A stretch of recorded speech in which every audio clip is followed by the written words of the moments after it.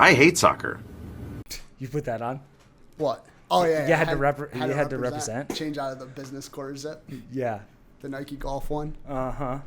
The coaches tell you have to wear that? No. For travel. For travel we do. Well, yeah. But dude, I thought I'd represent. You were looking spiffy before. Should I go change? No, you're good. I mean, thought it'd be more comfortable. I haven't worn these in forever. It's weird. But thanks for doing this. Of course. Dude. Because who was it that listened to one of our podcasts or my podcast? Yeah, so I did an interview with JP Morgan, and in my third interview, we had a few minutes left for questions and stuff like that, and he brought it up, my interviewer. That's crazy. So you started talking about soccer, stuff like that, talked about the podcast. It's fun. Because, in the finance world, you're always listening to finance podcasts to, keep learning more. Because there's a lot of great stories. I listen to this one called Marketplace, and, every day they'll do, a morning report. So it's really a 5-minute thing, just what's going on in the economy right now. Yeah. And it's just good to know. Just keep doing that. But, he's on the road because that office is in Rochester, but they cover, Buffalo to Albany. Okay. So they're always driving to meet with clients and stuff like that. And he was just saying how he gets tired of always listening to the podcast. Because, it's Rochester to Albany, 3.5 hours maybe? Yeah. So he throws this podcast on and just listens because he has girls that play for RNY. Okay. But I like it. When do you listen to your podcast? Usually when I'm walking to class. Really? Yeah. So you're not bopping to music? You're bopping to financial podcasts? I mean, in the morning, yes. I mean, mostly during the day. But also the CAC where we do our practice. It's a 10-minute walk. So I listen to that 5 to 8 minute podcast sometimes. What about when you're driving to RNY?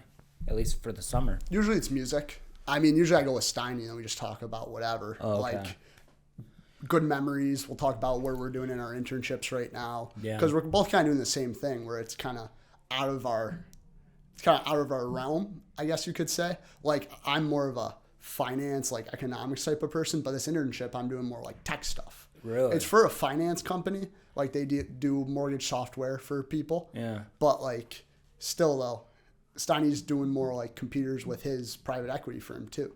Okay. So we just kind of talk about what things we learned too. So it's kind of nice to have. Did you guys win? Connection. What was it? Wednesday night? Wednesday night. How'd that go? Lost in the 94th minute. What? Yeah. What was the score? 2-1. Oh my God! Would it have gone to 30 minutes extra 30 time? minutes extra time. Full 30, or is it full 30? And then wow, who'd you lose to? Cleveland? Ohio Ambassadors. Where are they located? They're playing Canton, Ohio. Canton. So they play at Malone University. Okay. So it's some D3, really nice field. Yeah. It's kind of on a hill, and they put the stands on top of the hill, and it's just the turf field. Oh, okay. So it's a nice setup, but it's a 3.5 hour drive from Buffalo. So are all your games that far for RNY? No. There's a Syracuse team. There's a team that plays in Niagara at Niagara U. Is that the 1912 or whatever? Yeah. 1812? 1812, Niagara 1812. Okay. But there are a lot of Canadians on that team. Are they pretty good or no? No, not really. The first time we played them, they were tough. Yeah. Second time, we beat them pretty bad. But the first time we played them, they went up 1-0 in the 60th minute because they play the low block. That was kind of our issue sometimes this year. Being able to break down a low block. Yeah. It's just hard because that turns into more, you got to be more creative, pulling a center back out. Yeah. And then slipping, and then a third man run coming through, and then you slide it through. And then you get super tactical because then you're working on overloads and trying to just manipulate the defense and move them and everything. Do you think it's more tactical at RNY and what you came up under and what you're doing in what are you guys in? UPSL? We're in NPSL. NPSL, sorry. Last year was UPSL. Got it. The NPSL versus college. I feel like sometimes college isn't as tactical. Yeah. So Canisius, we're tactical. Yeah. Well, tanky. But we have this motto control the game with and without the ball. So even when we defend, we still want to be shifting and not let them break us down. Of course. Have that same mindset when we don't have the ball as when we do have the ball. Right. But the idea is build up. That's tactical. We have our sets that we start in. Yeah. And it's usually built with 3. So like you see me, I stand right next to the keeper and tap it to me, and you walk up, and then that starts the build-up play. Then you got this guy, like you try to create triangles on the wide with like Kyle, Glody. Sometimes Mason will be on the right side, but he's been playing a lot of 10 left winger type. But like other schools, it's not tactical. No, they'll like, pump it long, and you have to win the ball out of the air, whereas you guys rarely pump it long. We try and play, which is like some of my friends I've played with now play at these other schools. Like some of the coaches don't really think it will work. Right. Like they don't know if it's like really the style for college because it's so not anti-tactical, but just not the way it goes. Right. Because also, I think another thing that has to do with it is like the subbing rules. Yes, they changed recently, but like still though, like you remember second half. Right. You had one re-entry. Yeah. It's gone? It's gone.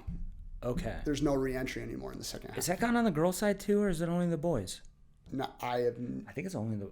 I don't know. I'm not sure. I'm not sure either. But yeah, because like Eli, our striker last year, he wouldn't start the second half ever. That's smart because he'd come on at like the 65th minute. So in the last like 25 minutes, it's just Eli running at you.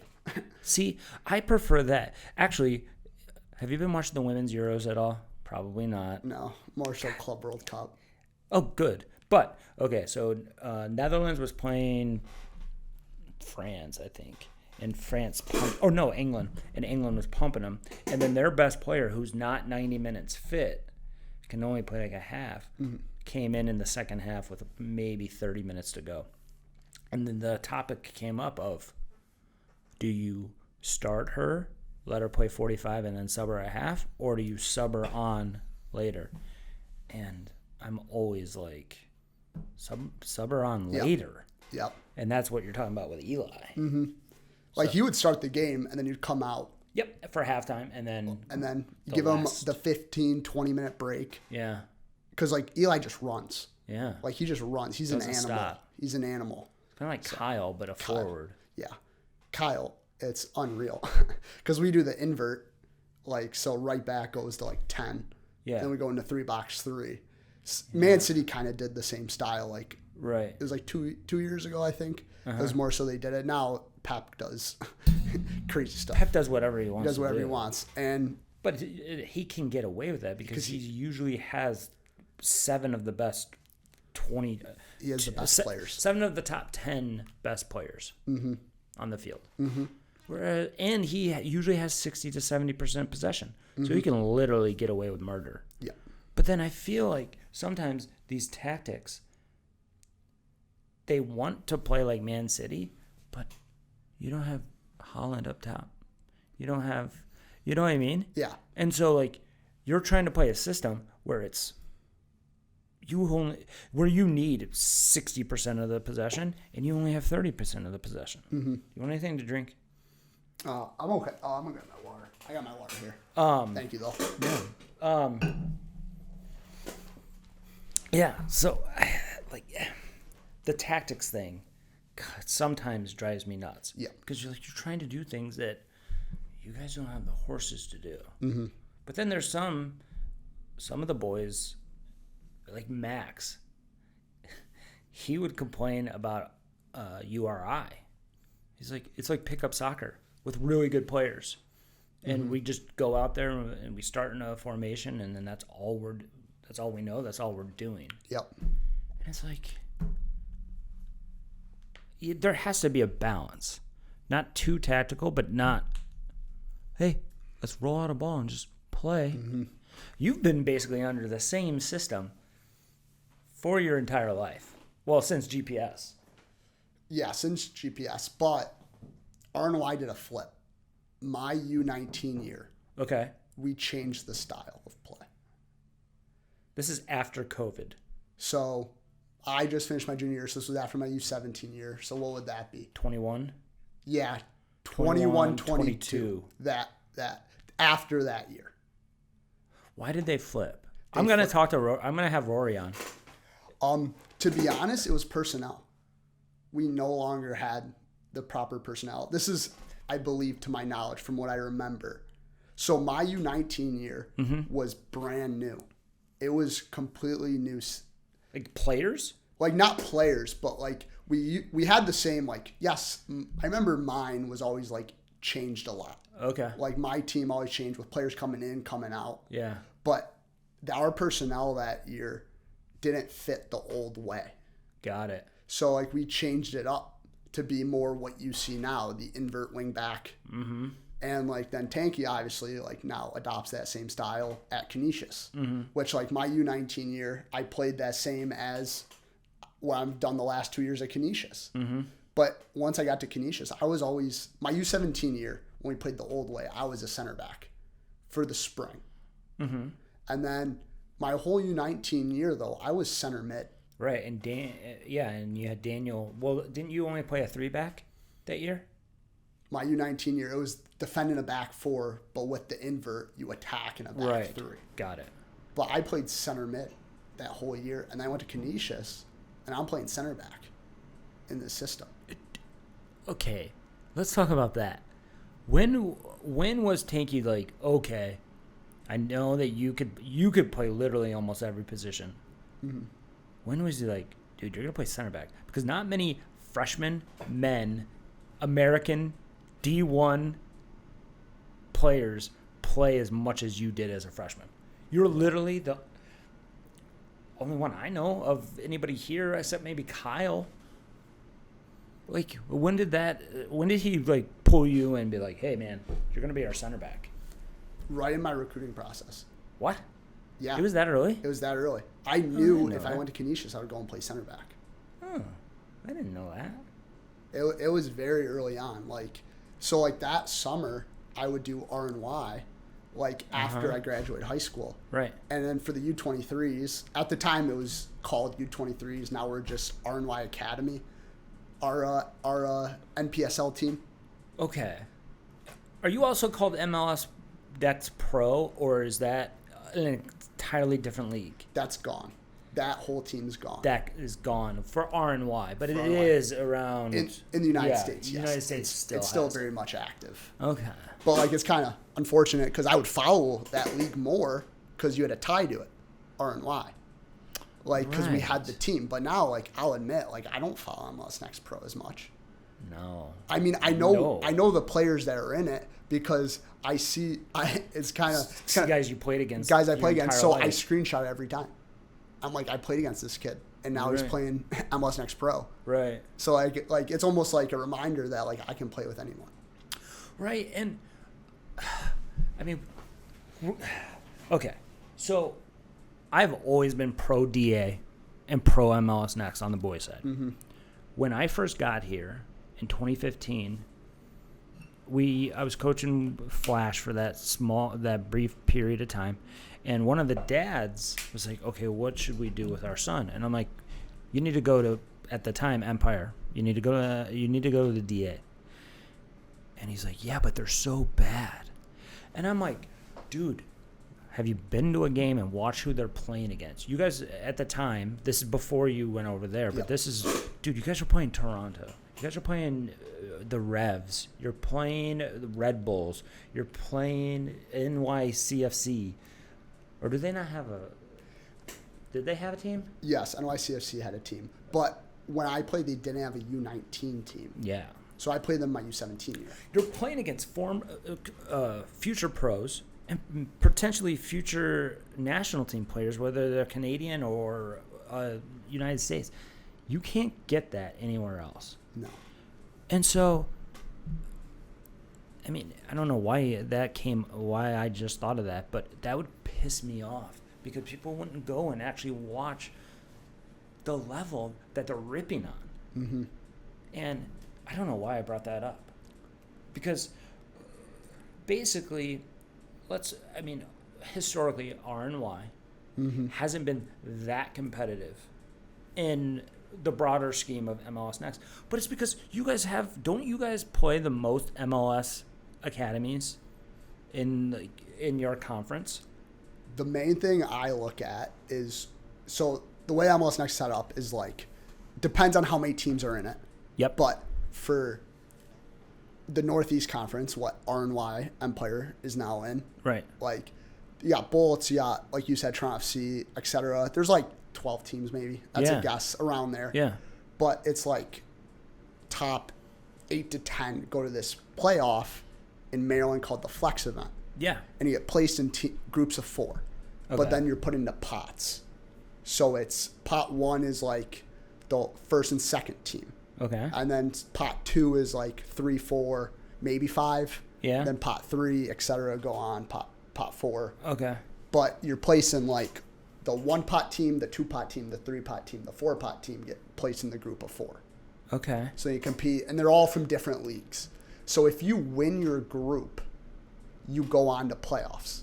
The final 32 in June well, I think now it's in Nashville, but when I played it was in Texas. Right. Which was crazy because it would be 102. 100. Yeah. But to be honest, Nashville's going to be super hot too. Nashville was still hot too. Like, I heard people saying about it, but I remember loving it though.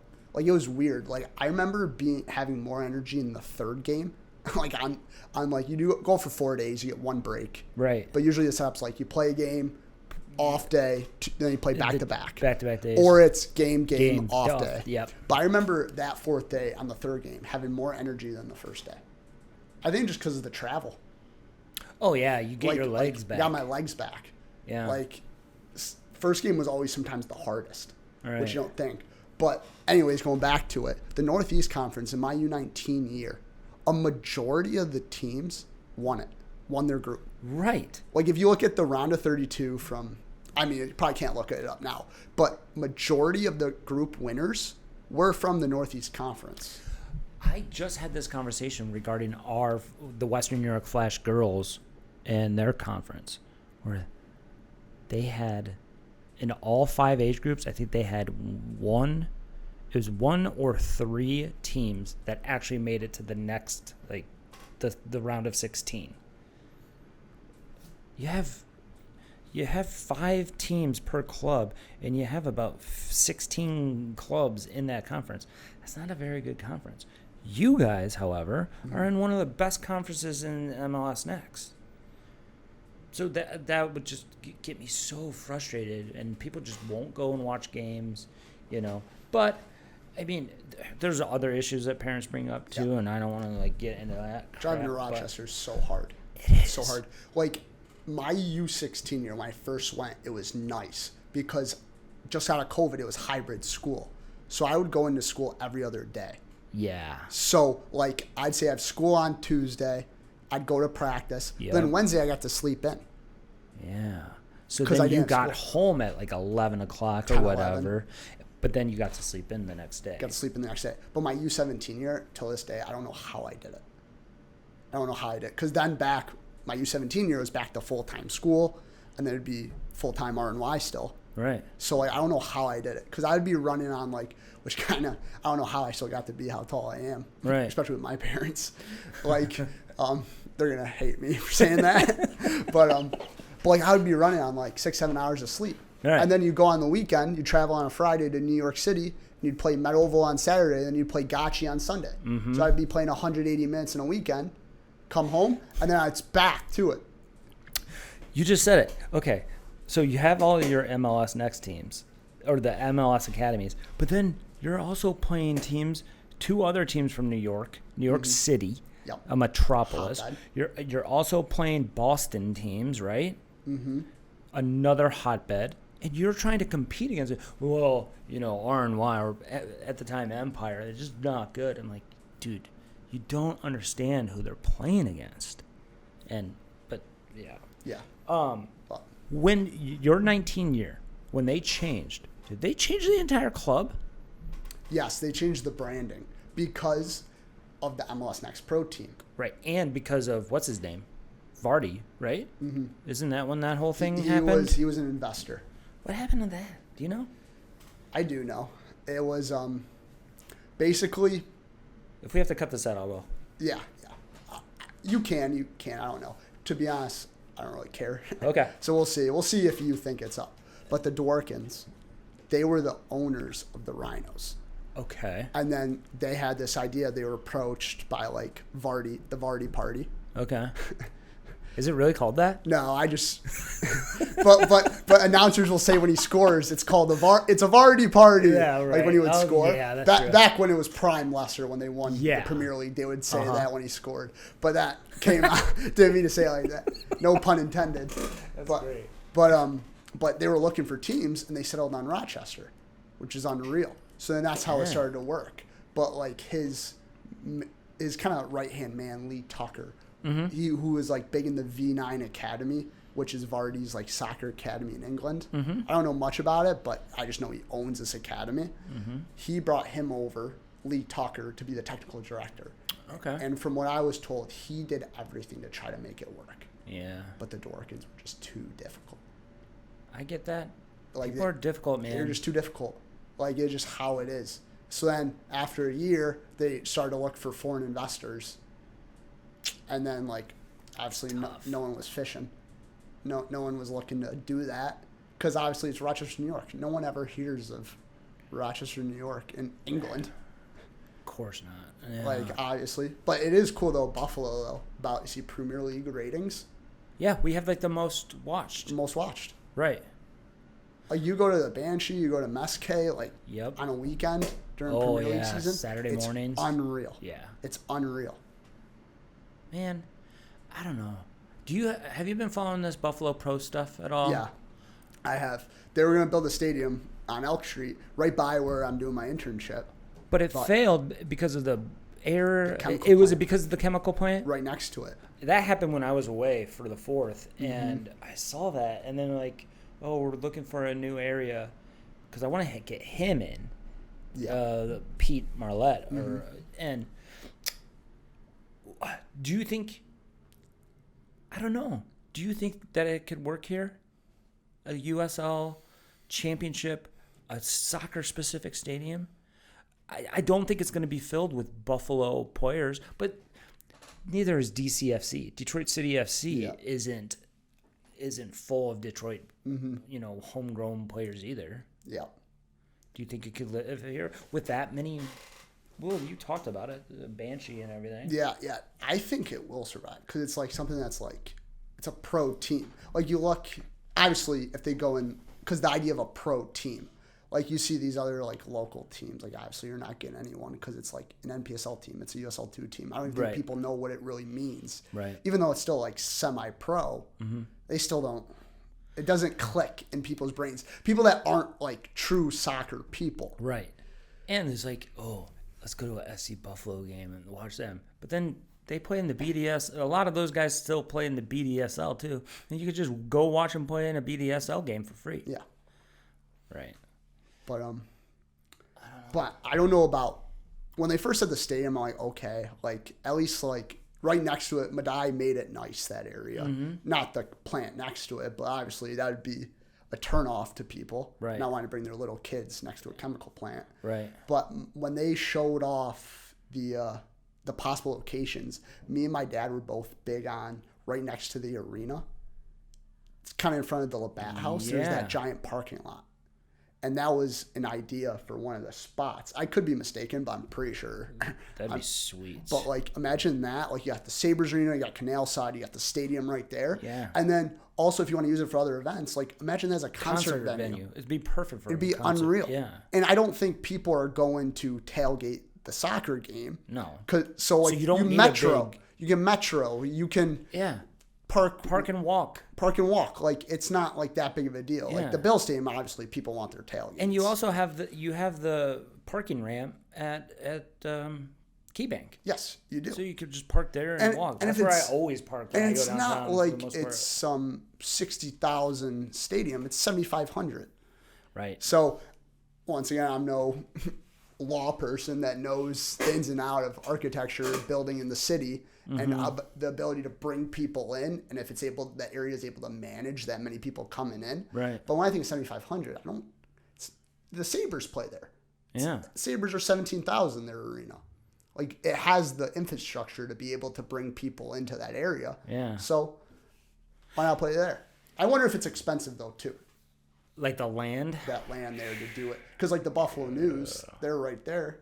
They've laid off writers because they're struggling. obviously, because no one really reads the paper anymore. Right. They went all digital. Yep. So that's why they had to do that. But also, they have a spot right in downtown that's probably expensive. It's very. Brick and mortars are going out of business. Like, is your internship brick and mortar? Are you going into the office? Yes. Or are you remote?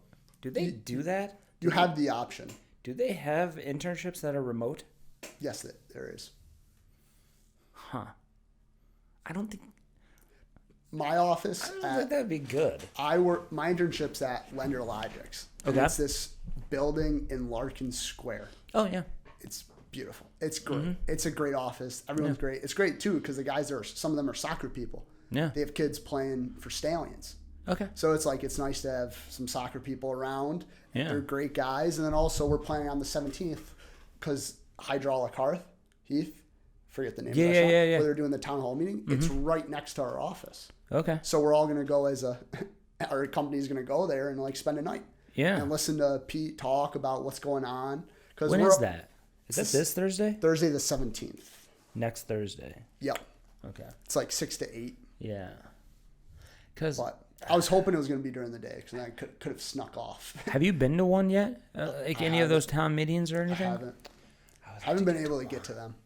I would like to get to one. But this one, definitely. I'm going to get my dad to go because he's interested too. Yeah. But I'm really excited to hear what's going on, especially now. Like I feel like before you knew everything that was going to happen in a way because they're going to build the stadium for next year and then they're going to start bringing in players. But like now that it's been pushed back a year, what are the new plans? Right. Because I feel like there's a lot of questions. Did they say that in that article that it's going to be pushed back to 2027 now? Yeah. Because the original plan was next year, right? Yeah. Man, I hope it works. But it's nice. Some like the other investors in it, like one of them is Reed Ferguson, the long snapper for the Bills. Really? I read it. I'm pretty sure. That's pretty sweet. But and Reed Ferguson, he's a great Buffalo get Josh guy. Involved. He's a great Buffalo guy. Reed. Yeah, it'd be nice to get Josh Allen involved. Get Josh involved. I mean, Mahomes owns 2 soccer teams. Yeah, I knew you were going to say that. Get on it. I knew you were going to say that. Where is he? Yeah, but I mean, I don't know. Josh Allen's getting ready for the amateur golf tournament. You see that? Is he playing Pebble Beach? I think he is. Or not Pebble Beach. What is it? Lake Tahoe. He's playing that. Cause I saw it yesterday on Instagram that he was prepping for some tournament wherever it is. Yeah, but he's pretty good. I didn't know he was that good. He's pretty good. I watch YouTube golf videos and they're great. Like they'll get Josh Allen. There's one video where it's like Grant Horvat. He's like a influencer on YouTube. Yeah. But he did a 2v2 scramble with Grant, the guy that runs the channel. Yeah. Phil Mickelson, John Rahm, and Josh Allen. Jesus. And like the 3 other people are real golfers. Right. And Josh was holding his own. Like really? John Rahm was taking some of Josh Allen's balls. That's awesome. I mean, how's your game? Have you been out lately? Not in a while. I'm going this weekend. Like I'm home. Like where are you going? Summertime's kind of over.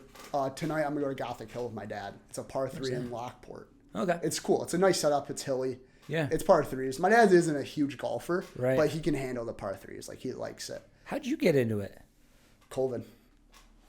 Who? Colvin. Who's that? COVID-19. Oh, COVID. COVID.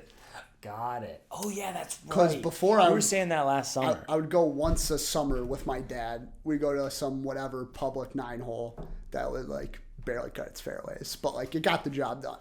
It had greens, it had holes, whatever you go. But COVID, like nothing you could do. Yeah. Like turfs were closed. Literally the only thing that you were allowed to do. Me and my buddies like would go play golf. Would you walk them, or would you be allowed to drive your own cart? Some courses yes, some courses no, because I didn't have my license then. Oh. So some got very stickler about it because other kids would like hit a car in the parking lot. Oh yeah. So they start taking license. Mm-hmm. And I'm like, but somebody would be like, I have a permit. Is that good enough? Like if I'd go play 18, I'm like, yeah, I got a permit. Can that get by? I golfed with a buddy that we had a plastic partition. And this is how stupid COVID was. We had a plastic partition. We were sitting in the same cart. And then we'd get out of the cart and stand right next to each other, getting our clubs out. and then we'd go back in, and there'd be a partition. It's like, what are we doing? But, yeah. What was your scores last year? Didn't you say something like, oh, I haven't shot above 90? Yeah. On 18 birdies, I've never broke 90. I'm a 5.6 handicap. I had a 91 last week. Not this past Monday, but previous. Oh, no, 2 Mondays ago. I hit a 91. That's my best score ever. My best round was last summer, the last round of the year. I was hoping to get out one more time. Right. But then versus Niagara, I separated my shoulder. Last game of the year. Okay. So now I have a bump coming out of my shoulder for the rest of my life. Are you for real? Yeah. And is it in constant pain? When I bench, it's like I gotta go lighter. Like I can't be throwing on like heavy weight, but also like how much do you bench? I'm not benching once a week. Like how much? Yeah. I'm more dumbbells, stuff like that. But that round though, me and my former goalie I used to play at Canisius, he's now going on to some JUCO in Iowa. Petrie, yep. Yeah. We did a match on his YouTube channel, like a 1v1. And we did a 9-hole match. I went up like 2. And the last 2 holes, like I doubled and I parred, but Jack like won the 8th hole, and then he birdied hole 9. So he's really good. So Jack's pretty good, yeah. Yeah. There's 3 good golfers that played for Canisius. It was Jack, me, and Luke Zablewski. Okay. Striker for Stallions. Yep. He can hit the ball a mile. Dude, He's it's huge. so unfair when you play against somebody that can just pipe a ball 100 yards past yours. It's like, how am I supposed to? Yeah. But then we go to the playoff. We both birdie 10, par 5. Mm-hmm. And then par 3, I birdie, he pars. I win. And then I played. Then we had we were able to get one more hole in. And I parred 12. Yeah. So I was even par, but we had to go in because of daylight. Through 12 holes, I was even par. Oh, my God. I was on fire. What time did you guys tee off? Late, like 6 o'clock, maybe 7 o'clock. Yeah. God, that sucks. But USGA rules is that if you finish 12 holes and you're even par, for your handicap purposes, you can put pars the rest of the way. Do you know your handicap right now? So on 18 birdies, I'm a 5.6. You're a 5.6 handicap? Yeah, but that's skewed because it has me down as shooting even par. What are does Canisius have golf for men? Yeah, they have a golf team. What's their handicaps? They shoot even par, -1. So they're like a 1 handicap. Yeah. They're good. Plus they play at hard courses. That's true. So they play at Greg Byrne, Glen Oak, whenever they want. Yeah. That's true. So I'm usually around, if I play 18 holes, I'm usually between like a 77 to like an 82, 83. That's awesome. I've never broke 90. So last year, my buddy's Ryder Cup that we do every single year, mm-hmm. I went 3-0, and I used to be so bad, but now I go 3-0. But I'm playing against average golfers or mm-hmm. bad golfers, and I go 3-0. This year, my best friend is the captain of the opposite team, so he picks the matchups. Mm-hmm. He put me against 3 of the best golfers in our entire group, and I get smoked. And I'm like, oh, okay, that's my wake-up call. There was a guy that I lost to we did alternate shot. Mm-hmm. So if you and I are partners, we take the best drive, and then if you take my drive, then you hit the second shot, I hit the third shot, you hit the fourth shot. Yep. We played against a guy who in his one-on-one match, the guy that he beat hit an 82. And he lost to the guy that I lost to in the alternate shot. And I'm like, why am I playing against this guy when I can't break 90? I don't know, golf. If I could go back, I would have started when I was 10. 5. I don't care. But that's a lot of golf talk. Yeah. No. Good. I love it. I love golf. I grew up playing baseball. I used to make fun of golf. I grew up playing baseball, so even though it's not the same swing, I still was able to move my hips and get that natural movement of swinging something. Right. So that's another reason why I think why I'm been good so far, because I play a lot now. But I was a big baseball player. But then once I got to my sophomore year, I had to make the choice. Sophomore year, I made the choice. I also played basketball. My last year was my freshman year of high school. I played JV 8th grade. I did modified 7th grade, JV 8th grade, JV 9th grade. And then, when did you go to RNY or Empire at the time? For my sophomore year. So that's when you had to cut everything else out. I was ready to be done with basketball. I was ready to be done. Yeah. Like it was. But did you miss baseball? I missed baseball because my final year. Because I started off as a catcher, which was like kind of nuts. But then like my last like year or two, I became like a pitcher, and then my very last year I was a pitcher only. So I'd hit on like Tuesday night, Thursday night, like whatever league, bat leagues. But like in tournaments, I'd pitch, primarily a pitcher. Really? And that was a lot of fun. What could you get to? What's your miles per hour? I was sitting like 80. Really? But obviously you had people throwing faster than me. Like we had arms that were throwing way faster than me. Right. But I could throw a good curveball. I could paint the corner. Like I threw a 2-seam. That didn't screw up your shoulder back then? Not really, no. Really? Okay. Like, because people go nuts too about the curveball at a young age. People go nuts. They don't want you to throw it, right? But like, if you throw it properly, like my thing was if you threw a good curveball, it came out of the hand like nothing. Like you wouldn't even feel anything. Right. But like sometimes you hear these kids we reach back to throw a fastball. That could be more strenuous than throwing the curveball. Right. Because you're trying to throw with all your might. Like something could happen. Yeah. But I saw it. My swan song was in Kentucky.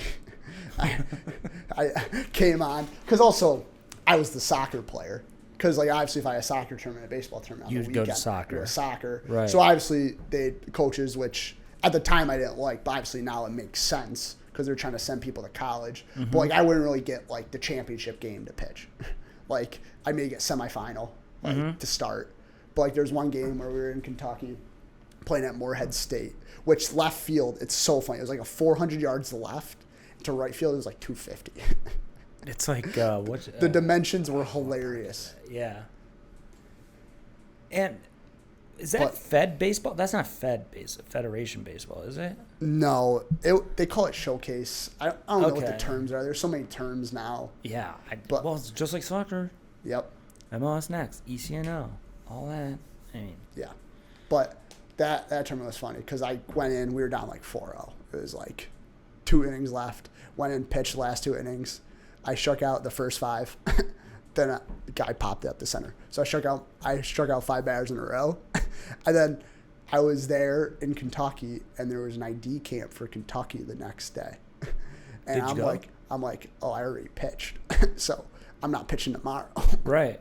So literally called up like Rory. And was like, can you get me into the camp? Because like it was literally like 2 days before. Right. And I went to the camp. Had a nice goal. Emailed a bit with them. Yeah. Nothing ever came out of it, but still though, I was in contact with them. What conference do they play in Kentucky? Did you know that they're not in the SEC? The SEC does not have a men's. No men's. Isn't that crazy? They were like Conference USA, but I think they switched and then were maybe like something else. What are you guys? MAAC? Yeah. MAAC? Yeah, the MAAC. Because the other MAAC doesn't have no men's soccer either. Because like UB got rid of their teams. There's only very few of those the UB MAAC schools that have men's soccer. Right. Like Akron. Bowling Green does Akron, but that's all I can name. Maybe NIU, but NIU is leaving the MAAC. Northern Illinois. Really? Yeah, they're leaving the MAAC. So, man, I'm worried about college soccer. In the grand scheme of things, like in 10 years, where is it going to be? Where, especially with all this NIL stuff, all this, well, you hear the SEC and the Big Ten want to leave NCAA and do their own thing. Yep. It's like Super League in Europe. Yeah, that's exactly what it is. Somebody else said that too. I think Nick Mendola said that too. Yeah, like, what is this going to look like? And all the internationals. How many international? You guys actually have. I mean, you guys have internationals, but Canadians. You have Canadians, and they still come in as a freshman at 18 years old. Yep. Is that part of... If not, they come in at 19. But still, though, it's not like these other schools that bring in a 21-year-old freshman. Does that hurt your ability to compete? Against, like, okay, who else is in your conference that does have a lot of international? Manhattan. They beat up on us my freshman year. And sophomore year, we killed ourselves that game. Just bad mistakes. But, like, we were competing with them early. Like, for the first, 20 minutes, we were getting shots on there now. They weren't getting anywhere near us. Right. And also, Kyle was playing on a sprained ankle, and then 30 minutes in, he sprains his other ankle. Well, that's good. So, and then he continued to play the whole time? Yeah. He put on this brace, shoves it into his cleat. It's so funny. It's like a ball coming out of his cleat. It's crazy. Kyle's going to laugh if he listens to that. Yeah. I mean, but again, the internationals, the NIL. And now all the transfer portal stuff. That's what I find is so nuts. How they had a good system, which I thought it was completely fair that you sit a year. Even before the changes they did now. This was going back. Oh yeah, yeah. This is my time. Yeah, because you should be going to that school and making a commitment. Commitment to be there 4 years. You lose a year. You don't lose a year eligibility, but you can't play that next year. Yeah. Yeah. Right. Maybe that will. Maybe if we go back to that, that would calm all this. Yep. But people, I don't know. Yeah. But teams would bring in 7, 8, 9 freshmen every year. Yeah. And now they bring in 2 or 3. Right, because they're recruiting out of the transfer portal. Yep, they're getting everything out of the portal. But then also, then where are those, for a person coming out of high school, where are they looking to get those 2, 3 people? They're looking in New York City. They're looking in Boston. Yeah. They're not looking in Buffalo. Because, I went on a visit one time, and it wasn't directly said, but, you picked up on the conversation how, it wasn't looked highly, this area, on getting players. It wasn't looked highly. Because, there's so many more people in New York City. Absolutely. Obviously, the competition... Well, you just assume the competition is higher, which, yeah it is. Because you got multiple MLSNEXT teams. They're usually the teams that are winning, the Boston Bolts, the Met Ovals. They're always winning their MLSNEXT groups, divisions, whatever. But, so they're going there. Think about just an hour north. I bet you a bunch of those Toronto kids are getting more chances to play as well. Think about Toronto FC. If they're not going into their second team, they're going to go play to pretty good U.S. colleges. Yeah. For the most part. For the most part, yeah. We have one kid on our team, Mason Petrucci. He's so good. He did a gap year, so he came in as a 19-year-old to Canisius. But he's really good. But he came to Canisius. We had my old roommate, Matthew Fisher. Uh-huh. He came to Canisius. He left after the first semester, though, because he wanted to go pro. His main thing was pro. Yeah. And I might send this to him, but he got drafted to the CPL. Yeah. So, it worked for him. He left Canisius, but also, me, obviously I have ambitions, possibly for maybe the Buffalo Pro Soccer. Right. But also, my parents are both high school teachers. Education's a big piece to the puzzle. Exactly. So you have to graduate. I have to graduate. This summer, I had to get an internship because I want to be successful, have that pathway on my resume, so I look better in the future. Right. But then I'm also driving to Ohio after doing a 5-hour shift to play a 90-minute game semifinal in NPSL. And then driving back. Then driving back that night. And then went back to work yesterday. And then I presented in front of my company the project I've been working on yesterday. It's a grind. How much? Okay, so that grind that you just went through, RNY prepares you for that. That was the grind because I had to do homework. Homework was work. I had to go to school. See, what people don't realize about RNY is that you could get out of school, let's call it 3 o'clock. Yeah. You're almost going straight to RNY for a 4 or 5 o'clock practice. I would do a 20-minute nap. My dad would be home within that 20 minutes, and then I had 10 minutes to get ready. Then I was out the door. That was my life. I'd get back from school. Yep. Immediately to the couch, 5 minutes before I fall asleep. 20-minute nap, 10-minute get ready, then I'm out the door. And then in the car, you're either continuing the nap, or you're doing all your homework, or you got to eat at some point too. Yep. So it was usually cereal. It was always cereal. It was so bad. It was so bad, Jason. Like, it was always Frosted Mini Wheats as soon as I got back from school. Frosted Mini Wheats. Get some good carbs, some sugars in me. Pass out. Probably the sugar crash. Yeah. Pass out on the car ride. Wake up, get out of the car, go lift for an hour, go train for an hour and a half, right back into the car, out of there. Yeah. But the way there, home at 10. Yeah. The way there was always a nap. You can ask any Buffalo guy, it was always a nap on the way there. It just had to be. Because you're crashing from school. Because you're crashing from school. You're just tired. You're thinking all day. But my U19 year, for high school, I set up my schedule where I didn't have a lunch. So like because I was already accelerated in some of my classes, so didn't have to take like specific classes. Okay. So most people would leave after like 6th period. So there are 8 periods in a day at Wheatfield. You'd leave after the 6th period, but you still show up on time. Mm-hmm. I went to my counselor. I'm like, no, I can't do that. I left a period early, but I showed up a period late. So you got a little bit more sleep. More sleep in the morning, like 30, 45 minutes, but still you'll take it. Yeah. Because you need it. And then you can eat a snack in between classes. I bring my lunch and I just eat it in class. Yeah. Because my teachers were great. They didn't care. Right. And they probably knew. And they knew, like, dude, he's an elite athlete and he lives in a car. Yep. And I mean, it was funny. My gym teacher, like, because like you'd play and like you play gym class, and like I believe if you're good in one thing, you're good in another.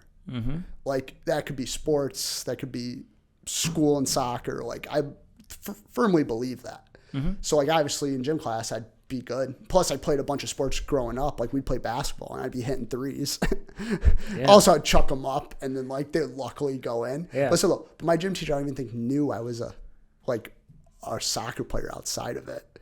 So I remember in my yearbook, it was written like, you were one of the best athletes in your class. I don't know why you didn't play a sport for school. She was great. She was a great gym teacher, great person. But still, though, it was funny. Because, like, you don't walk around saying, oh, I play RNY, MLSNEXT. Like, I just go about my life.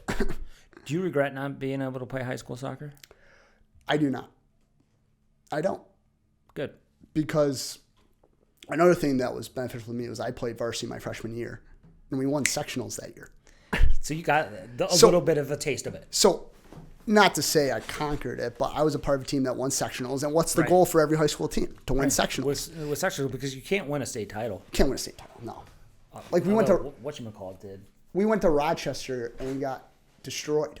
Right. We got destroyed by Greece Athena. So, like, I was sad, but, like, we were never going to beat the Rochester team. Right. Granted, my junior year, the team also, like, won sectionals again. Like, Wheatfield, which I was... Like, we had some good players. Like, a few of my friends still played, obviously. They still played. Like, it was a good team. Right. But, like, you look at it now, like, not to knock anything, but I don't feel like the level's there sometimes. At high school? Yeah. Huh. Like, yeah, it's not. Like, it's not. In the Niagara Frontier League, there was usually, like, when my cousin played, he's much older than me. He's like 25. He played at Wheatfield. He was a center mid. Played 1 year at Fredonia. Okay. But there was only, like, one game that was easy. And that was, like, CSAT. Okay.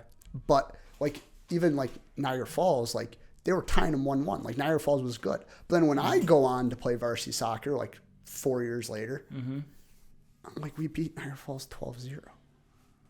Whoa. Like, then CSAT, obviously. But then look at some of the other scores. Like, you look at some of the other scores, like, it's not so much, like, it just keeps, there's usually, like, two teams that could win it. But, like, back then, like, there was, like, 4 or 5 teams that had the chance to do it.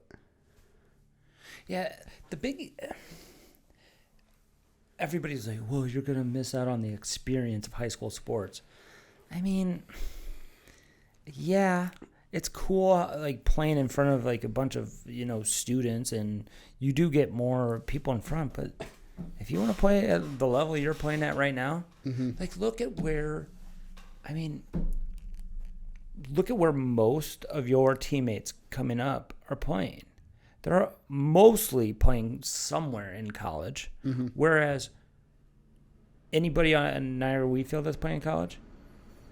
You had a goalie that played at Buff State, just transferred to Fredonia. He was a freshman last year. Okay. There's another winger that played at Buff State. Okay. Another kid at Fredonia. But, like, other than that, like, you don't hear anything. Like, this past year. No. Like, nothing. Don't hear anything. Right. But, like, I don't even know how. Like, I don't research into how many minutes they play. I don't know. But, like, they still went on. But still, like, they went on to play at Buff State, Fredonia. Yeah, it's a harder path. It's still, like, D3. Like, Buff State, what a run they had. Like, it was unreal. And I play with a bunch of them on my BDSL team. Like, and they're good players. How are they so good? Like, they're so good. And, like, the one guy, he's from Portugal, he went back. And I'm like, what are you going to do when you're back in Portugal? Because, like, here, it's the mindset you're going to play for a team. Right. He goes back to Portugal. He's like, I'm just going to play 7-on-7. And then the striker from Buff State, he graduated. He made a comment how he's probably playing with Porto rejects. Probably. I'm like, yeah, probably. So he's playing with these legit players. Yeah. Wow. Is 7v7 big over there? Yeah, small side. Clearly. I guess so. That TST is starting to... Do you see U.S. Soccer is trying to take that over? Yeah. I have an opinion on that. I mean, I think it's a good idea. I think they should try to take it over because there's already too many... There's too many organizations. Yep. And they're trying to take over what they can before it morphs into another ECNL or another MLSNEXT or another GA or whatever, which I get. Did you hear how they're talking about NCAA? U.S. Soccer wants to take over college soccer. Yep. Why? Here's my opinion of why. They look at college soccer like it's one entity. And they can do whatever they want, and everybody's under one umbrella. Whereas in youth soccer, you have the Flash, 05s, who had, name them, Colin, Alex Lasky, Steven, all those guys, right? Tyler. Mm-hmm. Or not Tyler. Tyler. Tyler Cole. Yep. And then you had you guys, and you never play each other. It's kind of dumb. Yeah. But it's because you guys can't play each other. There's no more state cup or anything like that you did with like GPS. Yeah. So U.S. Soccer is looking at like, okay, let's take over what isn't a separate entity and let's really control that. Mm-hmm. Because otherwise you're just going to allow, and the TST, you're just going to allow another organization to just morph and take over the entire system or just compete. Because personally, you guys should be playing 7v7. I said it in another podcast that I think the FA just said that you don't get to play 11v11 until 15. I love that. I saw that clip on your Instagram. Yeah. I find that so cool. It's awesome. And they also like, pretty sure it was Ajax, but like going back to tactics. Yeah. They don't teach tactics until you're like a teenager. Because they want to develop a full soccer player first. Yeah. And develop the principles of play. And everybody gets those two things mixed up, like tactics and principles of play. Principles of play can go across all different tactics and formations and styles of play. Mm-hmm. But the tactics to like win a game or to, adapt to an opponent or expose a weakness of an opponent, you don't need that. I really don't need it. You need more time on the ball. Not when you're 9, 10 years old. Yeah. You just need to be with the ball. I mean, think about how you developed. You were a 3-sport athlete. Yep. And you turned out okay. Yep. I mean, I love my path to get where I am. It was great. It was ups and downs, different sports. I got to experience it all. You get to see what I like and didn't like. Mm-hmm. It was great.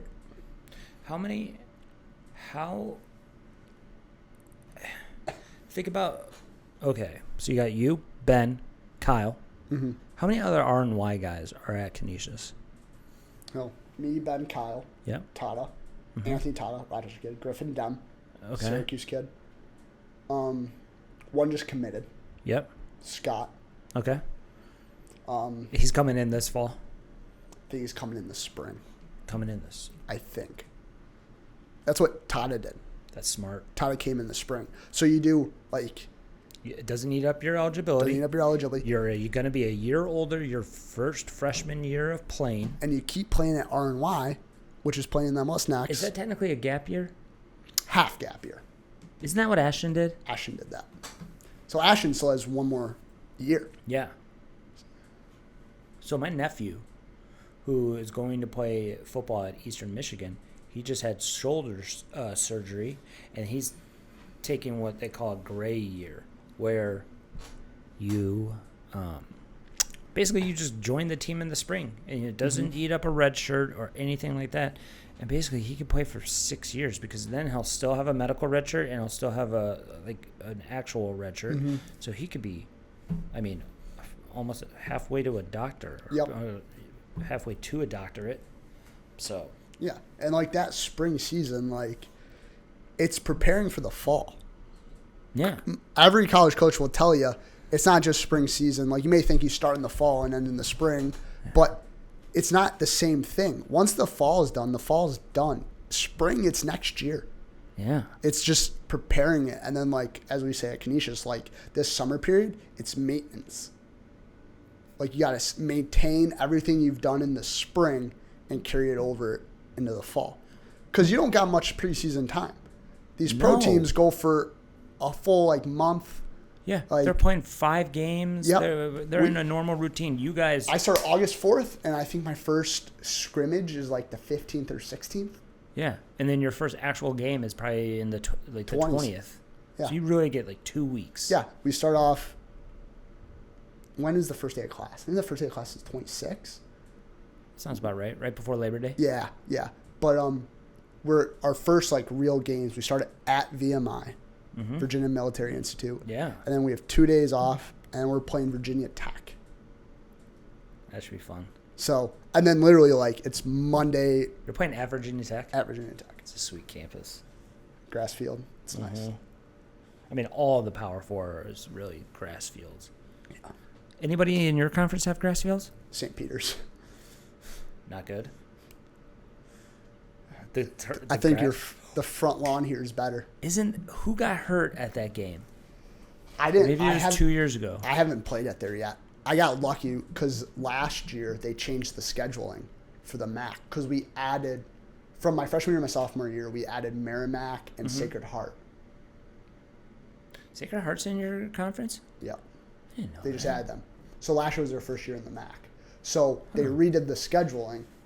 So you didn't play every team. Yeah. But we actually got St. Peter's to play home again at Canisius.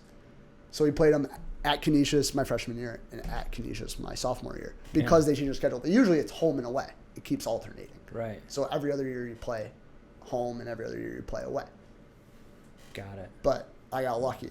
But still this year we're playing at St. Peter's. So like that's another game where you go back to tactics. It's all out the window. Yeah, because of the field. It's so bad. Like it's terrible. Like it's like just mud. Like if it rains, it's mud. There's like, and they constantly are playing on it, like men's and women's. Mm-hmm. So it never has time to grow.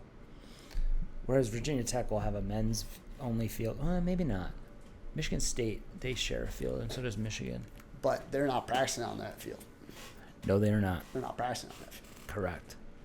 Man. So, okay. So what's your spring like? The spring season? So up to whatever the holiday is in February. Might be like President's Day. Yeah, something like that. You're on like 8 hours a week. But only 4 hours can be on the field. Which is ridiculous. So then the other 4... Personally, I think that's ridiculous. Weight room. Other 4 are weight room. I mean, is that really developing anybody? I don't know. I mean, previously, our lifts, like, there's this our old lift coach, he wasn't really there.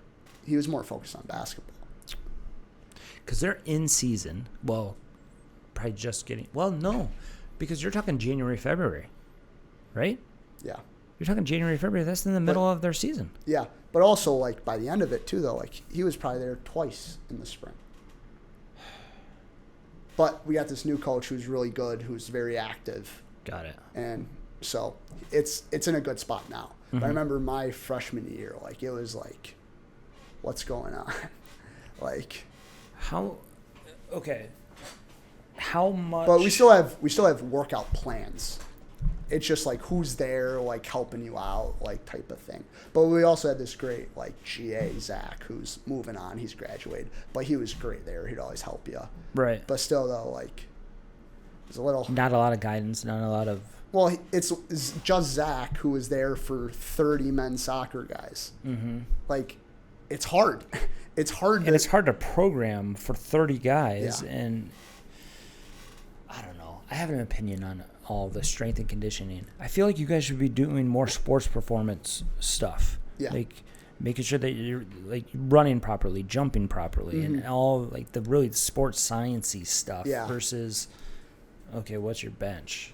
Yeah. What do you squat? So at Canisius, we have these little like things they clip onto a weight. It's like a magnet. It's on the ground, and there's a string that comes out of it, and it connects to the bar. So when we do like a bench movement, it's like adding force. Speed. Okay, yeah. It's for speed. It measures how fast you're going. So usually you try to keep within like a certain window. Okay. So like if it's it's measuring explosion. Explosion, it's measuring, and then it connected to an iPad.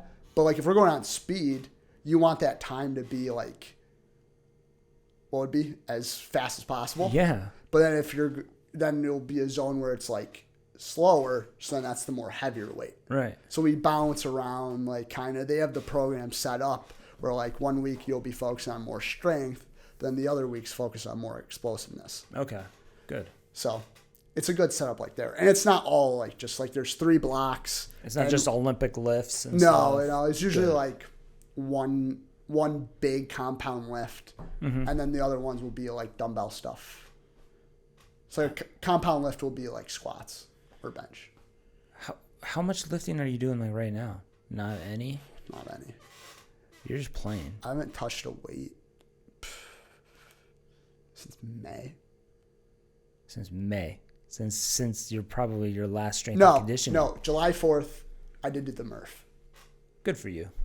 The last 2 years. My girlfriend forces me to do it now. Good for her. So. She plays volleyball? Yeah. No. Yeah, volleyball. She played volleyball. She graduated. Man. But. The Murph. It's. The first year I did it. You didn't do it on Memorial Day? No.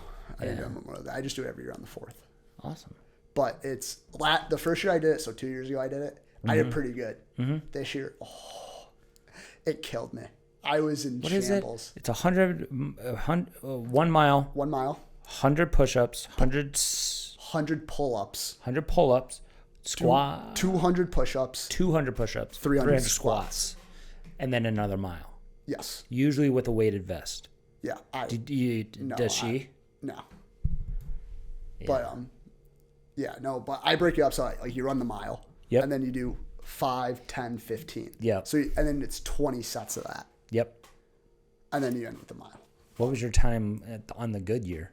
Good year was 54 minutes. And what was this year? Literally an hour 30 seconds. That's not. 6 minutes. But the way I felt, like when I looked at my watch after, you felt like dead. Like, oh my goodness, like it was bad. Like I was in a rough spot. Well, but then you're older. But you get home, you eat, and then enjoy the beach. Enjoy July 4th. Enjoy the beach with my friends. I went to Rochester. Okay. With Dylan Rice, who's played at Canisius. Yep. So like my soccer house at Canisius 173, mm-hmm. a bunch of us in the house drove out to Rochester. Sweet. You go just hang out, throw the football around. It was kind of cool because on the beach there was like 50 boats that just anchored. So there's like people everywhere. Yeah. But it was like kind of cool, the beach, because it wasn't like just one long strip. It was like kind of secluded in woods. Yeah. So like it kind of was kind of nice. Yeah. So, okay. So you haven't lived this since May. What does the 8 weeks to May look like? You know, when it goes from 8 weeks to 20 weeks.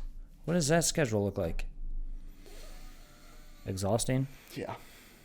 Is that the most hated time frame of being a college athlete? That preseason? That spring season? Oh, yeah. That 20-hour? Yeah, like, it gets hard. Like, it's nice when you have the 5 games. Like, D1, it's nice because we get 5 play days. You get 5? I thought it was only 4. Okay. 5. Good. But then you can also add in a 6th day, but it would have to be a Canadian team. So it had to be an international team. So did you do that? We didn't do that this spring, but last year we drove up to Toronto and played Toronto FC. So like it was a mix of Toronto FC U19s and like a couple MLSNEXT pro guys that are like younger. So it was like a combined team. But we drove up there because they weren't going to come to us. Yeah. So. But we were. Oh, I know why. Because not to get political here, but none of the Canadian teams wanted to come to America. Of course. So that's what happened. So we did have games scheduled, and then the team canceled because also they were from North York, which is like north of Toronto. So it's like 2 hours away. So they weren't gonna come. But like then Tanky tried to get like Roma, who play in League One in Canada. They tried to get them, but like it just didn't align. Like the times, the schedules, because like you reach a point where like you're not allowed to practice for D1 rules. Right. So how is that split up? How's the 20-hour rule? So you said 4 and 4 for the 8 hours. Is it 10 and 10 for the 20 hours? It's just whatever, I think. I don't know the specifics. Okay. I don't know the specifics, but just 20 hours. But we do like every week. It's after President's Day. It's like usually Tuesday, Thursday lifts. So 2 times a week you lift, and then you practice every day. Wow. Except weekends. Right. But then like you get into a rhythm where like it's just like the fall where it's like Monday to Friday practice, Saturday game. Yep. Right. Whereas in season, isn't it like Wednesday or Thursday, Sunday games? The beginning is always weird because like it's like August, so like but when you get into MAAC schedule, like it's Wednesday, Saturday always. Wednesday, Saturday. But there's some games where like we'll play on like a Thursday. Like I played my first real collegiate game. No, my first collegiate home game was on a Monday night after the first day of school. Like, and it's like a Monday night. Like you don't think to play on a Monday night, but since it's non-league, we were playing Cleveland State. That's what fit. Is that okay? This is this past year. That was my freshman year. That was Cleveland State at home. I was at that game. That's what Kyle's read. Kyle's red. Yep. Yeah. That was a nuts game. They played well. And they won the conference the year before. Their conference, whatever they're in. Played good. Yeah. Just did play well. Just soccer. That's what happens. Yeah. So, summer, are you just playing? Is that basically all you're doing? Yeah. I play. How much fitness? How much do you work on your fitness versus just playing? Because you're training as well with RNY, right? Yep. Okay. And I started off the year doing like obviously FC Buffalo too, a little bit, and then like obviously I started to focus my energy more towards RNY. Right. More playing time, more minutes. Yep. Because at the end of the day, the summer is great. Like you want to do good. Like I want to win for RNY. Yeah. But at the end of the day, it's also I'm preparing for the fall. Exactly. Like so, I want to go where I can play the most. Yeah. And RNY is kind of nice though too because they play a similar style of play to Canisius. So instead of playing at this one team where I'm playing something completely different, now all of a sudden, I have to reset my brain and now I'm back to Canisius tactics. At the end, okay, let's say your exit meeting in May with Tanky. Does he tell you that he wants you to play? Yeah. It's in the summer. It's always the expectation to play summer Just soccer. play. Just play. I mean, I remember Max. He would do RNY, FC Buffalo, and BDSL, and he didn't really do anything else. He just boom. And that's it. And then he's fit, and it sounds like you're on that same path. Yeah, I played BDSL too. You RNY. played BDSL and RNY, and you started out at FC Buffalo. Wow.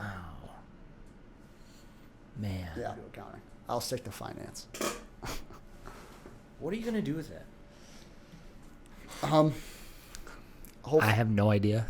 I mean, like, the original goal is obviously, like, asset wealth management or investment banking. Right. But, like, then, like, I go do this internship where I'm with this tech company, but they, like, they're, like, it's called the fintech industry because it's, like, finance and tech kind of coincide, how you use tech to improve the world of finance. Yeah. And I'm like, I find this interesting. And like this company is more like real estate stuff. And like I was never looking to get into real estate, but I always think it's kind of cool. Like now I'm exposed to it. I think it's kind of cool. Yeah. So like it's wide open. It's nice because finance, it's just so broad. Like there's a bunch of worlds that you could go into with it. Right. So now it's just about picking that world. Yeah. Like where do I want to funnel into? Okay, so your girlfriend's in Cleveland, right? Yeah. Did she get a job yet? Or what is she doing? She's coming back for her 5th year at Canisius. She is? Yep. Because accounting is a 5-year program at Canisius. Oh, okay. So you get like, so after you do your 4 years, you get like an IOU, but you still have to come back for a 5th year. So she's doing accounting. Yeah.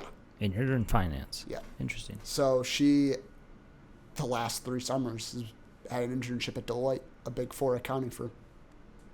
Where's that at? Here. No. There's Deloitte here all around the country. Yeah, they're nationwide. So she works in the tallest building in Cleveland, working for Deloitte every summer. Yeah. Where do you guys, okay, I don't want to go there. Where do you think you're going to end up? Well, you want to play with Buffalo Pro. Yes. Could you live in Buffalo for the rest of your life? Yes. Because the Bills? Yep. Literally was saying this to my dad on Wednesday when I was driving home. Where like, yeah, like we got season tickets for the new stadium, my family. Whoa. Do you have them for now? For Highmark? I've had them for the last, close to 15 years. Yeah, you're always going to the games. Close to 15 years. How many seats? 4? We started off 4 in the 300s, and then we moved down to 2 in the Jim Kelly Club. What's that? Into the Jim Kelly Club. Nice. We moved down to 2. Is that the heated seats now? Yeah. Yeah. But like we were paying for 4, but now we only pay for 2, so it's still kind of But it's the same price. Same price basically. Right. Like, there's not much of a difference. And also like we grew up. My sister went off to college. My mom doesn't want to go when it's she doesn't even want to go when it's November. Right. Like so. That's awesome. Man. But we're gonna stick with it. Also like I went to the stadium experience. It's in Tony Walker Plaza. Okay. Right next to John Carlos. It's where it's like they take you through and like tour you through the stadium. The new one? Yeah. Like really? Where it's like they show you like renderings. They have like examples of seats on how the seats are. Like it just takes you on everything from head to toe about the stadium. What the game day experience is going to be like. Exactly. That's so sweet. You walk through with a guy that actually works for, I believe the company's Legacy. Okay. And like that's the company that's like building the stadium, I'm pretty sure. Yeah. But like they walk you through it, show you everything, all the new amenities that's going to be added. Like it was really cool. That is sweet.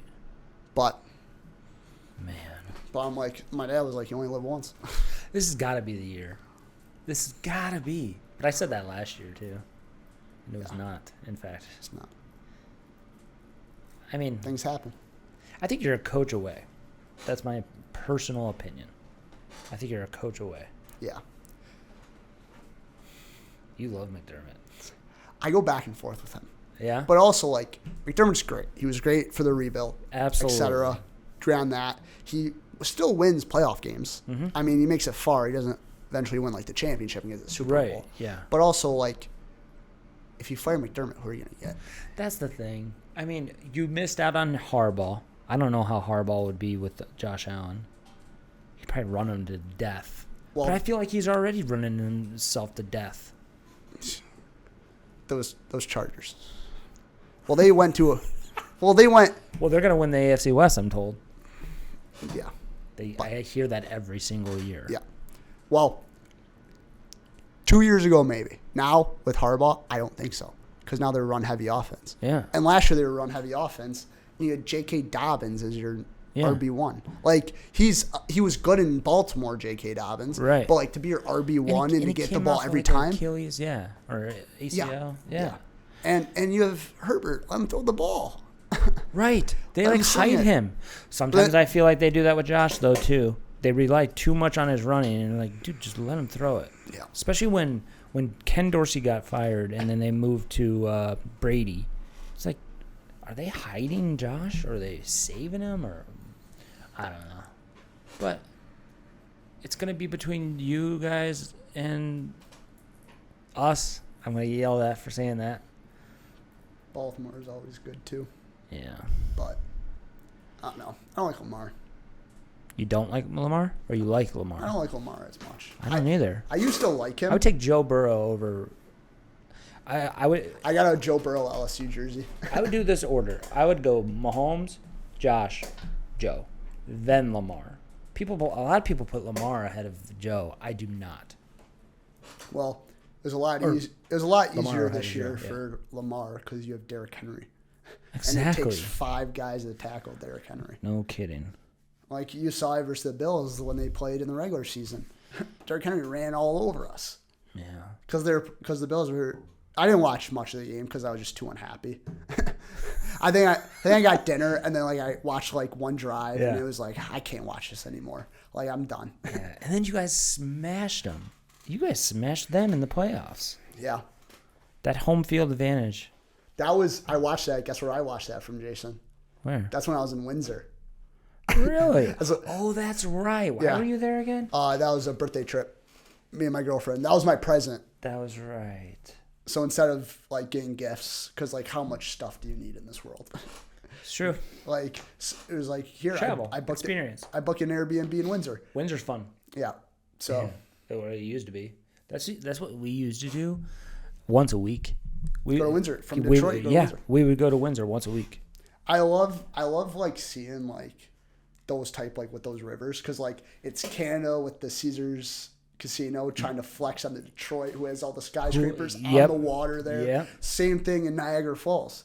That's what me and my buddies will do. We'll go to Niagara Falls, Ontario. Yep. Go to Fallsview Casino. Exactly. Yeah. Yeah. But then it's each side trying to show off in a way. I feel it's so funny. Each country trying to fight each other. Yeah. With these towers. I brought that up when I first moved here. I'm like, why isn't there more in Niagara Falls, New York, or USA? And people are like, well, it's saved, it's protected land, and it's Native American and stuff like that. It's that sucks because it'd be sweet if Niagara Falls was another option. You go to Niagara Falls, Ontario. It's unreal. It is. It's unreal. I drive.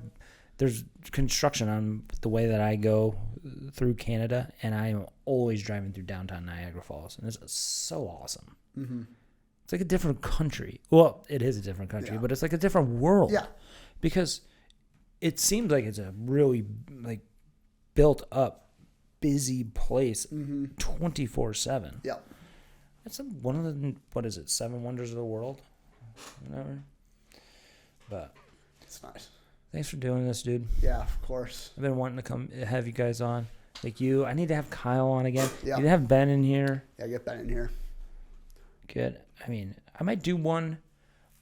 I would like to do you and Steiny together. Oh, that'd be electric.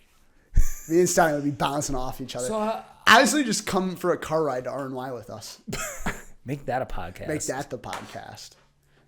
I got to go out and talk to Rory, but you guys are done now, right? Next week, we'll still do practice. We'll still do practice next week.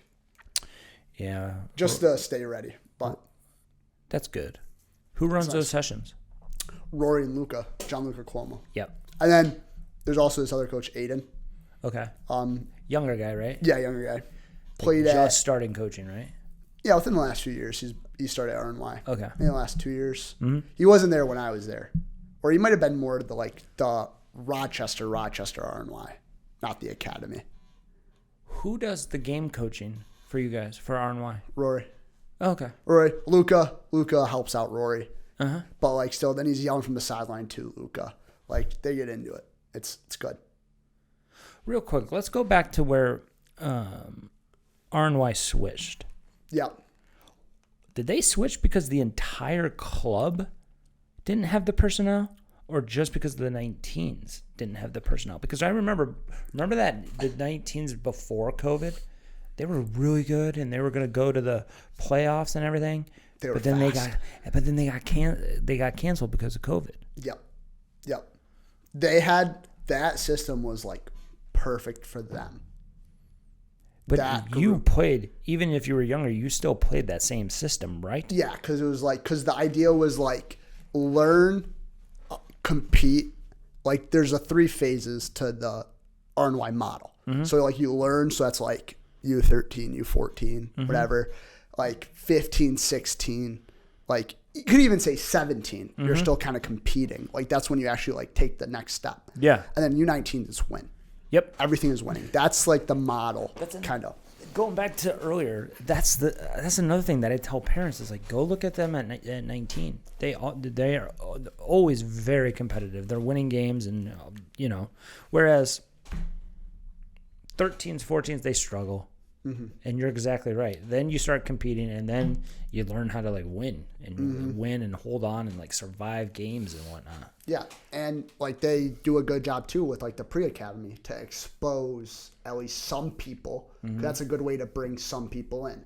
Obviously, like people just stay at Flash, but like they'll still go. It's like once a month or something. It's like everyone who's like U8, U9, U10, U11 who are like coming up that could be potentially a U13 academy player. They have these training sessions with them.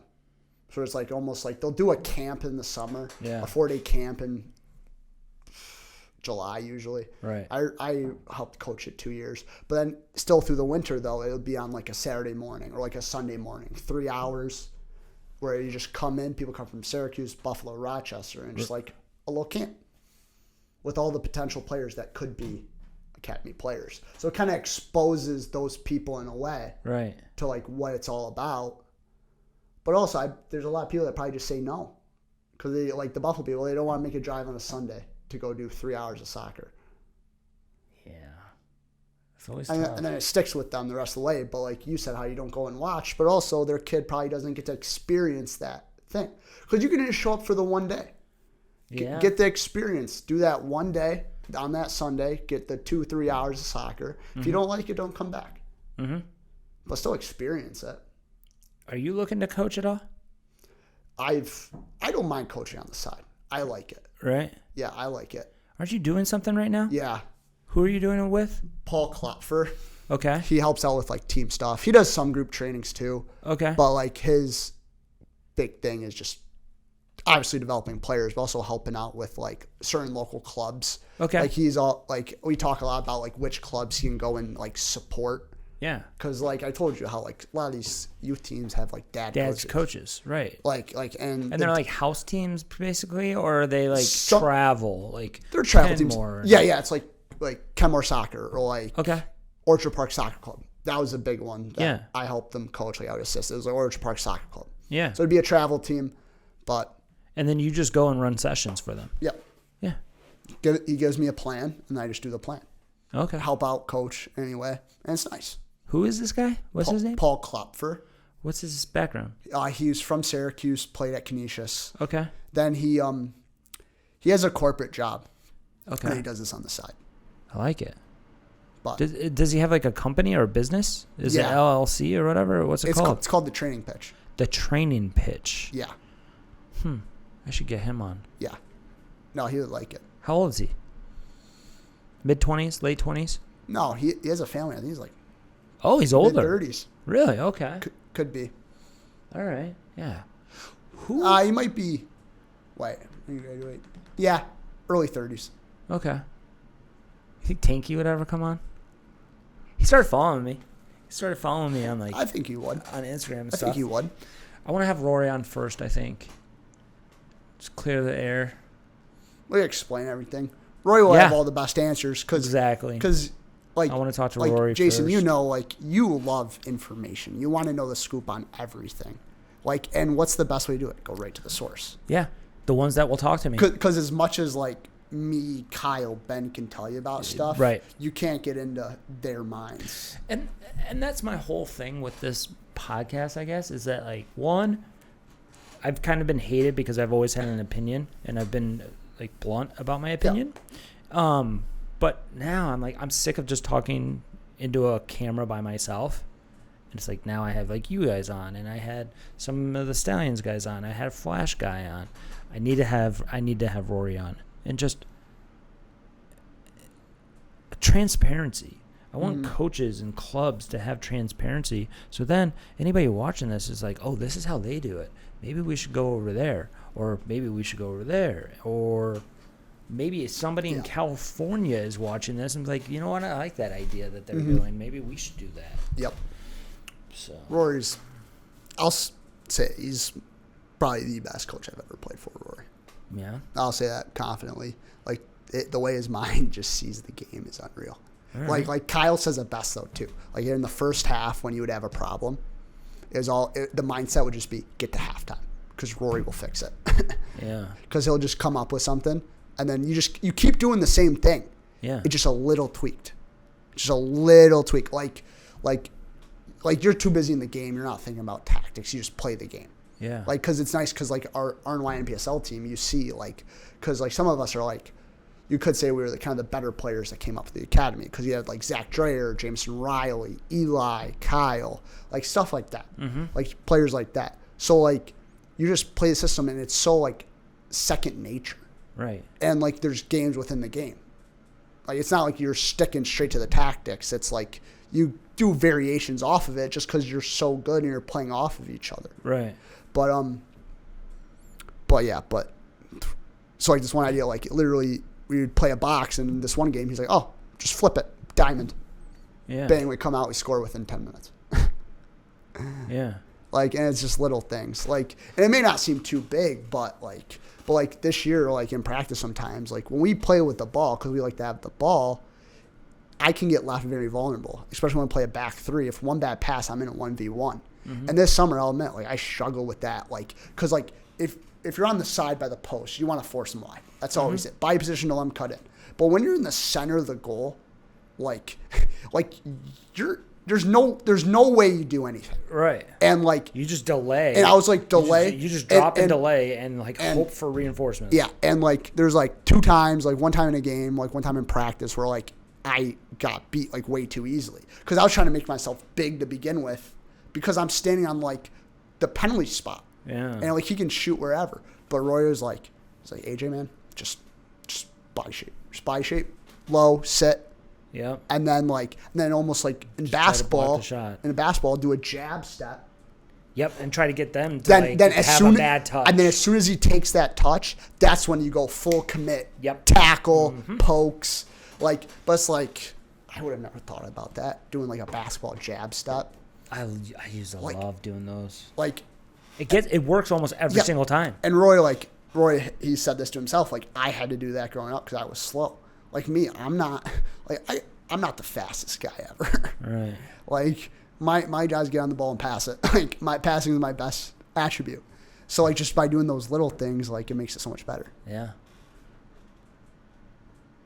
Man. Like a lot of things with that. Like when I was being recruited, like a lot of these other schools saw me as an outside back. Which. In a flat back 4? Yeah. Really? Which I don't think that's my player profile. No, I don't either. Running up and down the line, like, no. I'm not a pacey player. I don't got speed. I hold my own, like, I'm not going to, but if you put me in a 40-yard dash versus anyone else, like, I'm not going to win 9 times out of 10. Maybe win 3 times out of 10. Yeah. You're faster than you think. Yeah. Also, that comes with positioning and stuff. Like, especially the center back, it's a lot of positioning. When did you commit to Canisius? January 2023. Of your senior year. My senior year.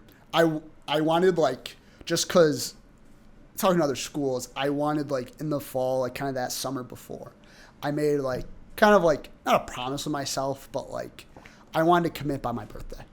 My birthday is January 16th. Okay. Because I didn't want it lingering over into the spring and not knowing what I wanted to do. I thought, like, that was a good cutoff. Yeah. And, like, I go to a showcase in Canada in December with RNY. Literally, I remember that. I did California, like, the weekend before. So I played 3 games in 4 days. At playoffs or showcase, yeah. Showcase. That was in California. Then a week later, I was going up to Toronto, and I played 4 60-minute games in 2 days. So in a week and a half, I played, 90, 180, 270 in the one weekend, and 240 in the other weekend. I remember dying.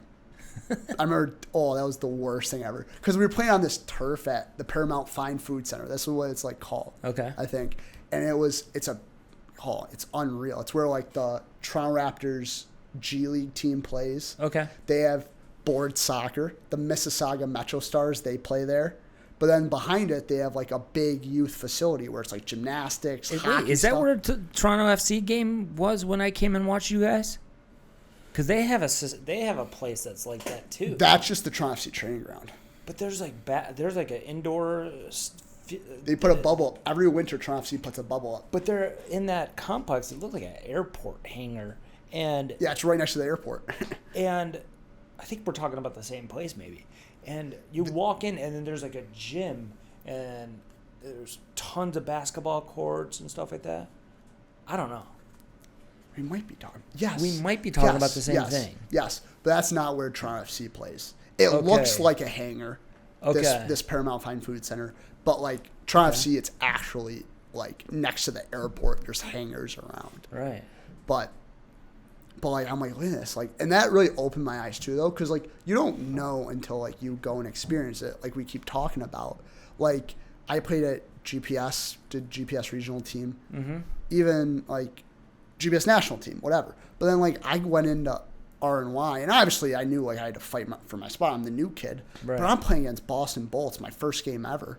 I'm like, oh my god, like a wake up call. And then like it was definitely a wake up call. But then like obviously I think to myself like I've played good teams before. Very quickly. I played good teams before. Like when I played US national team, I played like academies in Europe. like I've played in good teams. Right. So then it was a quick like 30-second reset. But like still though, it's like wow. And then like that same showcase in Canada, like these guys are good. Like these guys are so good. And you don't think of it because like you can almost say like in the United States we're so like small-minded. Like what you're in, that's the only thing you're in. Mm-hmm. That's not the case. You don't, and especially where we are in Buffalo, that's a big thing too. They don't realize like how big and how good places outside of here are. Yeah. And that's why platforms like the ECNL and MLSNEXT work. It's because you get to play those different regions, and it exposes you. Yeah, it exposes you to be like, oh, there's a whole other level that I didn't even know existed. Yeah. I remember it clear as day. It was in Albany because that U16 year we played our home games in Albany. Oh yeah. Because of COVID. 4 hours away. 4 hours away. So every Saturday, wake up. If I had a game at noon, I'd wake up at what? 6. 6. Get there at 10. Shake my legs out. Go to the field. Get ready for warm-ups. And then drive back that night. That's crazy. Do you wish that you would have went to RNY like a year earlier? No. Because then you would have missed out on high school. Missed out on high school. You wouldn't have played baseball as long as you did. Yep. And you wouldn't have played basketball. Yep. And GPS, I had some great experiences with GPS. Yeah, you guys went to Cali that one year. To Cali, that was GPS national team again. Yeah. That was Surf Cup. Yeah. We did Surf Cup together. Did you go with Max? Or maybe I'm thinking of Paul. Or not Paul. Yeah. Breckton Wall. He's Max's age. Max is 03. You're in 05. Yeah. So the GPS Buffalo, and then GPS Buffalo, stayed GPS Buffalo, became GPS regional team. Right. But so that was like the GPS Syracuse, the RFC that was aligned with GPS, and then GPS Buffalo. It's like the best of the best there. So then we moved on. So then but then also going back to the whole RNY thing, I was driving for Rochester for practice. That's true. With GPS regional team. So it wasn't much different. Who's your coach for GPS Buffalo? It changed. It was this guy named Danny Munoz. Yep, Danny. Yep. He went back to Spain. Yep. Going back to even earlier when we talked about Itor? Not starting. Okay. Before, Danny didn't start me. I didn't start for Danny. When I was 12 years old, I didn't start. What? I didn't start for that team. Okay. I'd sub on. But also, that could be... He said to me, he wants me to get in the groove and, sub on, so I could be, change up the game a little bit. Okay. But still, though, could have just said that to me because I'm 12 years old. But I didn't start. Like, that's crazy. My pathway is crazy. Like, going back to, like, even before I went to GPS, I played Empire Buffalo. Pre-academy. Mm-hmm. I wasn't really selected for pre-academy to be that person that would go on to play for the academy. So who was? Colin and Ben and... Well, that's it. And I'm not sure who. Connor? This was so long ago, but also, like... That was a long time ago. This... Because my coach there was, for U9, it was Jason Frolicker. I don't know if you remember that name. He moved on to North Carolina years ago. Okay. But like one of the reasons, like, he told us, well, he was great. He supported me. He thought I could, like, be one of those people that moved on. Right. But it wasn't, they didn't think I would grow. Uh-huh. They didn't think I would grow. Uh-huh. Because, like, once again, I'm like 7, 8 years old. Obviously, look at my mom, 5'4", my dad, 5'7". Uh-huh. They didn't think I would grow. So, like, obviously I wasn't selected. But then I did another year at Empire, and it was good. I still enjoyed my time. I didn't even know any of this as a kid. Because, like, I'm just going around. My mom just told me, get in the car, you're going to practice. Okay. like, sounds good. What am I doing today? Oh, you got a soccer game, then you got to run over to a baseball game. Like, sounds good. Yeah. So then I went to GPS Buffalo, whatever, then moved on to the regional team. But in that GPS time, like, it was nice because you had the national team. I was lucky enough to make it. So I got to play at Foyle Cup in Ireland. Oh, God. Yeah, I forgot about Played that. Sheffield United in the final. Their academy. Funny, we lost on a penalty because off the ball foul on a free kick. One of our guys, he now plays it. Which you never see. Blew the whistle. Best thing after was someone asked, like, ref, why'd you call it? And he's like, I thought you guys were going to tie it. Because it was the ref's last game ever. So, like, after the game, he made all the players sign the ball. We're like 13, 14 years old. Like, he's made us all sign a ball so you can remember it. But then it wasn't me that commit the foul, just to clarify. But in the Londonderry newspaper. I've seen you commit a foul or two. People commit them on me, too. But in the Londonderry newspaper, they wrote that AJ Zarcone committed the foul in the box. But it wasn't me. But it was a kid that looked like me on our team. So all of Ireland thought I gave up the the penalty in the Foyle Cup final. Nah, I'm just kidding. God, it's just funny. What was that controversy? Was that your freshman year or sophomore year? Freshman year. Against Not Niagara. my proudest moment. Not my proudest moment. Against Niagara, right? Not my proudest moment. But, like, I argue, like, the guy, like, we're in a group and our keeper rolls it out, and then he just blasts it into a group of people. Yeah. Full blast. Yeah.